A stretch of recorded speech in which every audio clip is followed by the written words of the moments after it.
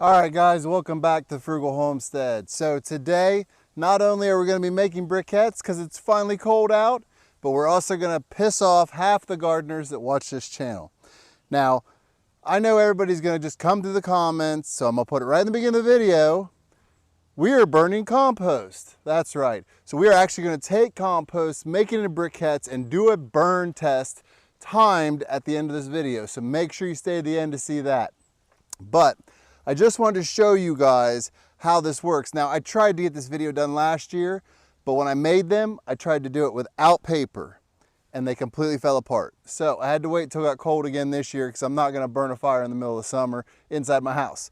But here's the simple gist of it. We've got compost piles. So I'm going to fill a bucket up with compost right out of the pile here.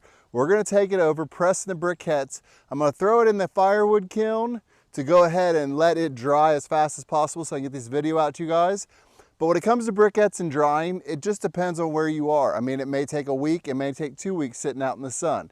If you have them next to the side of your wood burner, it may take a couple days. It just depends, guys, because I get comments all the time about how long this takes to dry. Now, you could make this so much more like fast, like beneficial, like production could be so much faster. We're not trying to do that today, guys. This is an experiment. We're not going to get in a hurry, and I will show you step by step how I do it. All right, so the first thing we're going to have to do is dig in and get us some compost.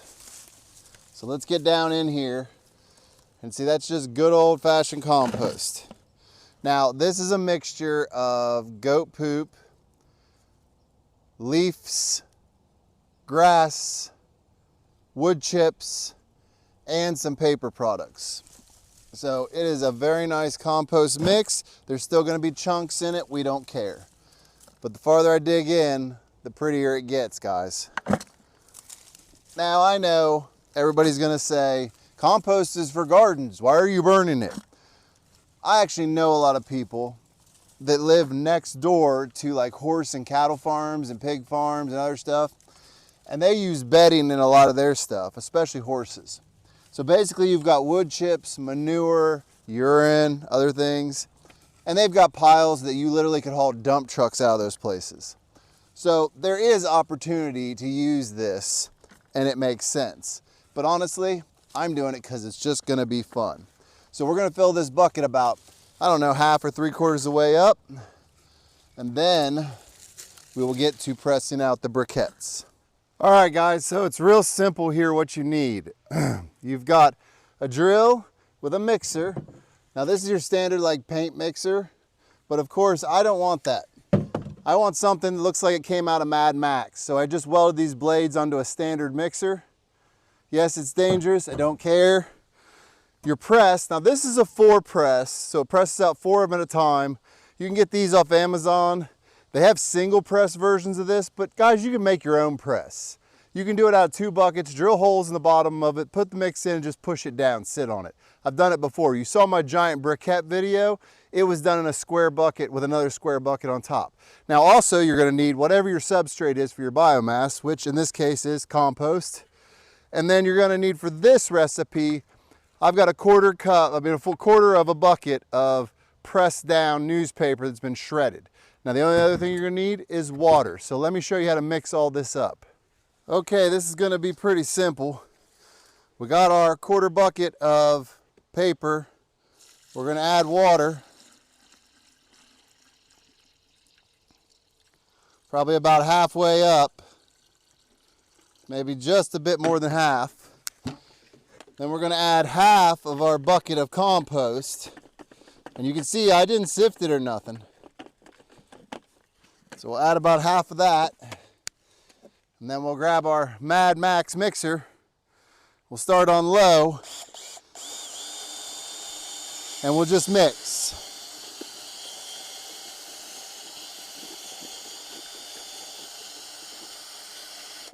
Now once I've gotten it started to get digested into all one, I'll switch to high. A drill on a cord or a heavy drill like a hammer drill is a much better idea for this.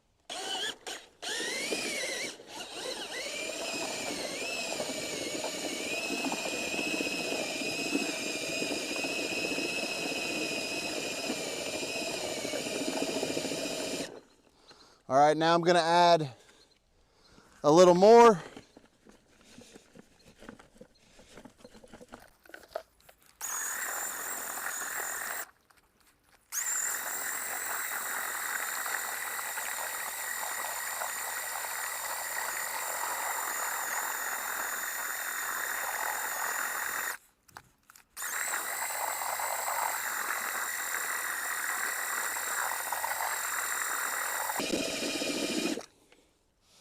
All right, now the reason why I have blades on mine, honestly, is because it makes it up faster. You would have to be doing it a lot longer if you didn't have these blades to cut it up, especially when you're doing a hard substrate like the chunks here in the compost from the manure. But let's continue on here. Let's get over to the press and press these out. So the first thing I have to do is explain the press and how it works. So this is your press plate. It goes down in. This is how you get your briquettes out. Each of them come out and remove. You see the holes to allow the water to come out. Now generally you would just put this down in here after you put your material in and use these arms to push it down. They go inside each other and it pushes on the outside. These suck. They're crap. Now I did build a press for this, but because a lot of you guys aren't going to have a press, I'm just going to show you how I stand on them and it presses it down. But let's get it filled up.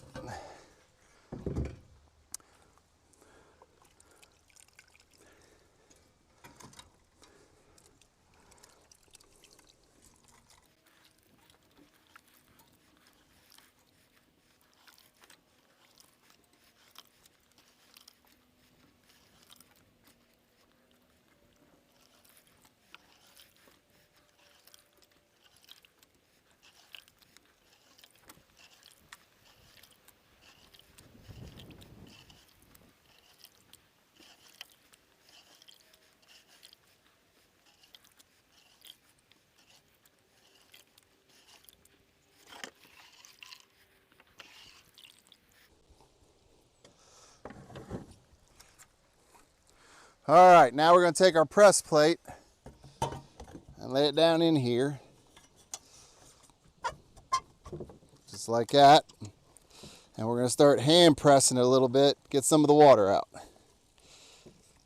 Now you could catch and recycle this water. I'm going to put my bucket down there. Some of you may live in areas that don't have a lot of water, so we can go ahead and catch that. And you could definitely set up a system to where when you step on it, it catches the water. But now that we've got it basically set up, I'll put it on the ground and stand on it and show you how it comes out. All right, so here we go. And I just wiggle just a little tiny bit, back and forth.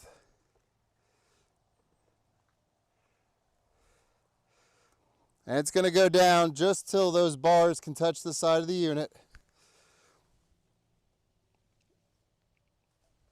Try it one more.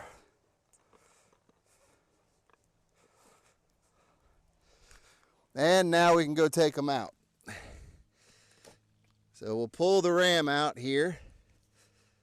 Just a little bit at a time on each side. And there's our briquettes packed down nice and tight. So we're going to get a board and I'm going to show you how to pop these out. Okay, so final step, guys, and this is where you got to be a little bit careful.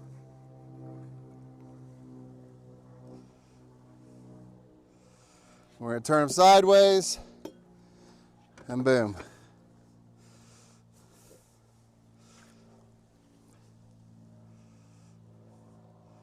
You guys can see what it looks like. And boom. So now we're going to take these, put them in the kiln, probably for about 3 or 4 days until they dry all the way out, and then we'll be back with a burn test.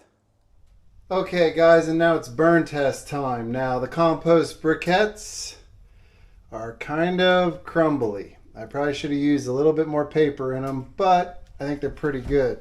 Now off to the side, I'm going to be throwing this one in. I made this with a different press, just to try it out, but they all feel about the same density and they don't feel very heavy, so I'm not overly optimistic about how long these will burn, but we'll see. So there's 1, 2, 3. We'll throw this one on top. 4. And then we'll put this little guy over here on the side. He doesn't really count for anything, but you know. Now what I'm going to do is I'm going to just vent it this way so they take off. And then we'll turn it down to halfway and see how long it goes. Now, let's see here. You see that? 236. So 230 basically.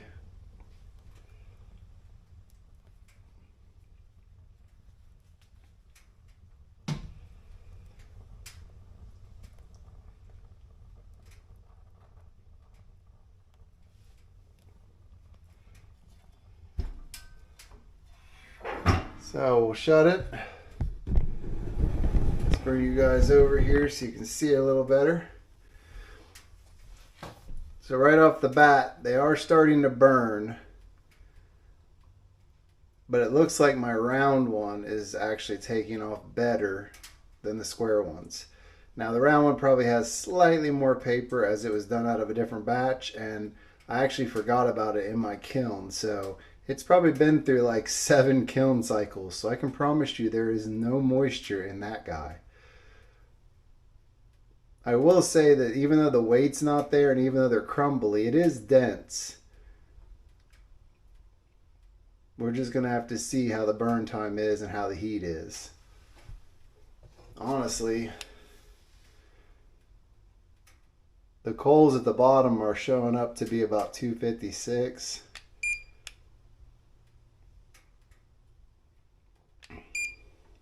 Let's try and peek in and see if we can get a better reading. Alright, so it says high, which means it's over 600, 700 degrees, but I can see it's already starting to gasify. You'll notice the flames at the top. That's it gasifying, so I want to definitely keep that closed. Let's get this turned down to halfway.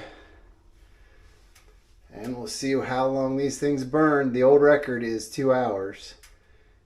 I don't know that we're going to beat that record, but we're going to give it a shot. Don't worry, guys. I won't drag this out. Let me put it in high gear here, time lapse you through it.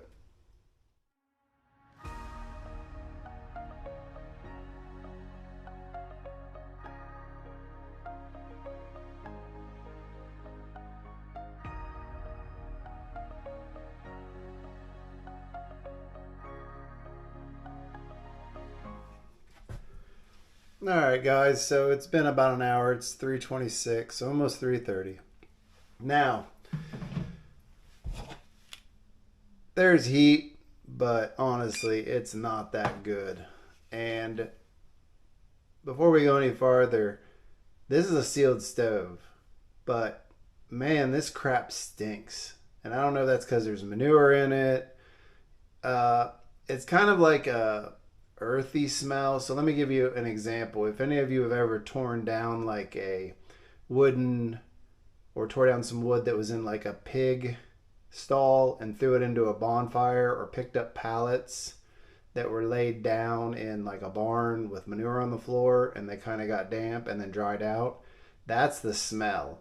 I mean, I'm gonna be honest, you don't want to burn this because it does not smell. If you have this upwind of some neighbors, you better not like those neighbors because they're not gonna like the smell. It doesn't smoke very much, but man, the smell that comes out of your pipe outside your house stinks. Now, I also said that it's kind of an inferior heat. It is hot. I don't want to, lie to you. I mean, that says it's over 700 degrees because it says high. And everything says high. So it's producing heat. But, I mean, according to our stove, it's not getting that hot. So, 1 hour in, let's see here. I mean, they're still together. And I mean, there's heat. I mean, that's hot. I'm not going to keep my hand in there any longer. But the stove itself is not getting super hot. Yeah, everything's reading over 700 degrees in here, no matter where I put it. Now, if I come out here, you know, it's 250 degrees on the outside of the stove. There's 300. So the stove itself is hot, but it's really not putting out. Now, I am going to close that because it stinks. And when I say it stinks, it's like an earthy, musty smell. I don't know how to really explain it other than that. I know a lot of, you know, people that grow up around farms and with animals and stuff will understand what I mean by like a cross between like a burnt poop smell. Also, if anybody's dealt with an incinerator toilet before, they might know the smell as well. But, you know, we've gone for an hour and they're still holding together. So let's just keep it going and see how it turns out.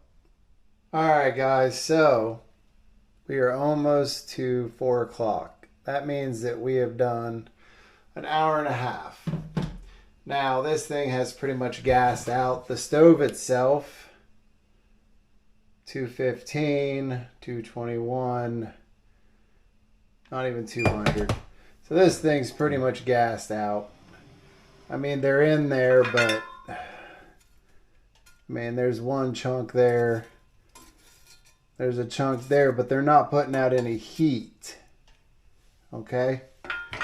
So while they are actually hot, see, that says high. So the actual coal there is hot, but it's not transferring the heat to the actual stove anymore.